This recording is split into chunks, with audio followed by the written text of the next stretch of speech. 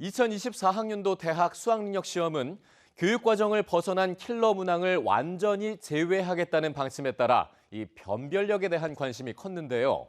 가채점 결과 주요 과목 모두 지난해보다 대체로 어려웠던 것으로 나타났습니다.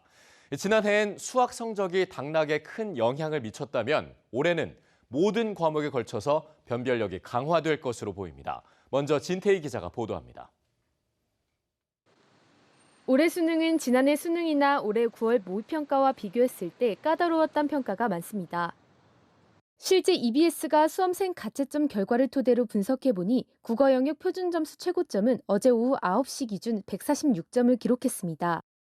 지난해 수능보단 무려 12점이 올랐고 까다로웠던 평가를 받았던 9월 모의평가보다도 높습니다.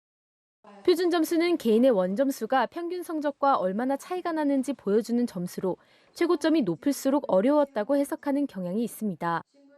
EBS 현장 교사단은 문제풀이 기술이 통하지 않고 지문과 선택지를 전공법으로 확실히 이해해야 하는 문제가 다수 출제된 것이 변별력 확보 요인이라고 분석했습니다. 공교육 이외에 문제 풀이 스킬만 익힌 학생들이 풀어낼 수 있는 그런 문항이 아니라 정말 실질적인 사고력이 있는 학생들이 해결할 수 있는 문항으로 설계를 한 거라고 봐주셨으면 좋겠습니다. 수학 역시 표준점수 최고점이 147점을 기록해 지난해 수능보다 올라갈 것으로 전망됩니다.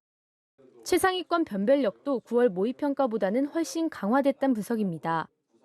최상위권에 대한 변별력을 강화하다 보니 최상위권에서는 어려워졌네라는 느낌이 나오겠지만 그 이외의 학생들은 그 문제를 보면서 뭐 어려워졌다, 쉬워졌다를 판단하기보다는 그냥 9월과 비슷한 수준에서 지금 문제를 풀고 있지 않을까. 절대평가인 영어 영역 역시 1등급 비율이 7.83%였던 지난해 수능보단 더 까다롭고 4.37%에 그쳤던 올해 9월 모의평가와는 비슷한 수준으로 분석됩니다.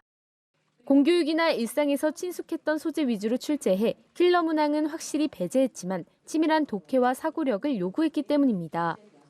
우리 말로 번역을 해놔도 이해를 하기 어려운 과도하게 추상적인 표현, 이것을 배제하고 지문을 꼼꼼하게 읽고 선택지와 연결을 좀 짓는 종합적 사고력을 요하는 문항입니다.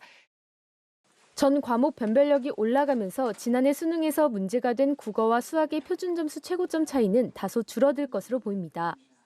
다만 선택 과목 미적분과 기하가 고득점에 여전히 유리할 것으로 여겨지는 만큼 이과생 강세는 어느 정도 이어질 가능성이 있습니다. 또 의대 등 최상위권 대학에 도전하기 위해 대거 합류한 N수생 비율이 28년 만에 최고치를 기록하면서 성적 분포에 중요한 변수로 작용할 걸로 전망됩니다. EBS 뉴스 진태희입니다.